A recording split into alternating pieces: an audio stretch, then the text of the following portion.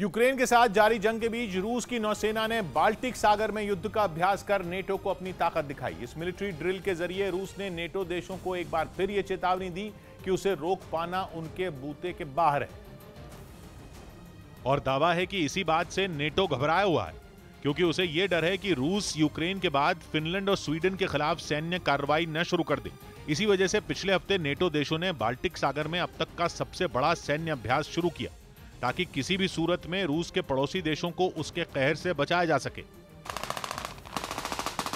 लेकिन इस कोशिश पर उस वक्त पानी फिर गया जब नेटो देशों के सैन्य अभ्यास के जवाब में रूस ने बाल्टिक सागर में ही अपने जंगी जहाजों को उतार दिया, जिसका एक वीडियो भी रूस की सेना की तरफ से जारी किया गया, जिसमें समंदर का सीना चीरते हुए रूस के कई जंगी जहाज तेजी से आगे बढ़ते दिखाई दिए। इस मिलिट्री ड्रिल से रूस ने नेटो देशों को यह संदेश देने की कोशिश की कि उसे किसी भी तरह से न तो झुकाया जा सकता है और न ही डराया जा सकता है। मतलब यह कि रूस को रोक पाना पश्चिमी देशों के लिए टेढ़ी खीर साबित हो रहा है। हालांकि पश्चिमी मीडिया ने यह दावा किया था कि बाल्टिक सागर में नेटो के सैन्य अभ्यास के शुरू होने से पुतिन परेशान हो गए, क्योंकि इस मिलिट्री ड्रिल में नेटो के दूसरे सदस्य देशों के साथ स्वीडन और फिनलैंड भी शामिल हैं, जो इस वक्त सैन्य संगठन के सदस्य नहीं हैं, और यही बात पुतिन को खटक रही है। हालांकि दोनों देश पिछले ही महीने नेटो में शामिल होने के लिए आवेदन कर चुके हैं। वहीं नेटो की दलील है कि फिनलैंड और स्वीडन को सदस्यता देने के बाद यूक्रेन युद्ध की आंच उन तक भी पहुंच सकती है।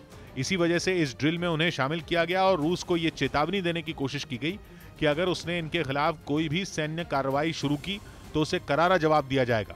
पश्चिमी मीडिया का दावा है कि बाल्टिक सागर में चल रहे नेटो देशों के इस सैन्य अभ्यास में करीब 30,000 सैनिक शामिल हैं। 45 से ज्यादा युद्धपोत और 75 से ज्यादा लड़ाकू विमान भी अपनी ताकत दिखा रहे हैं। इसके अलावा इस अभ्यास के जरिए 17 एयर डिफेंस सिस्टम की ताकत को भी परखा जा रहा है। असल में यूक्रेन युद्ध में नेटो के देश भले ही सीधे तौर पर शामिल न हो, लेकिन हर बार उनका शक्ति प्रदर्शन रूस की दहलीज पर ही होता है, जैसे वो पुतिन को इशारों में चेतावनी दे रहे हो, ताकि रूस नेटो के सदस्य देशों पर हमला करने से पहले 100 बार सोचे। इससे पहले भी रूस ने प्रशांत महासागर में युद्ध का अभ्यास कर पश्चिमी देशों को अपनी शक्ति का एहसास कराया था, जिसमें रूसी सेना के कई युद्धपोत समंदर में दुश्मन को ढेर करने की अपनी ताकत का प्रदर्शन करते दिखे। इस दौरान दुश्मन को टारगेट कर जंगी जहाज से ताबड़तोड़ गोले भी दागे गए। इस ड्रिल के दौरान रूसी सेना के कई लड़ाकू विमान भी प्रशांत महासागर की ओर उड़ान भरते और दुश्मन के ठिकानों पर बम गिराने का अभ्यास करते नजर आए थे। रूस के इस सैन्य अभ्यास में 40 से ज्यादा युद्धपोत और 20 लड़ाकू विमान शामिल हुए थे।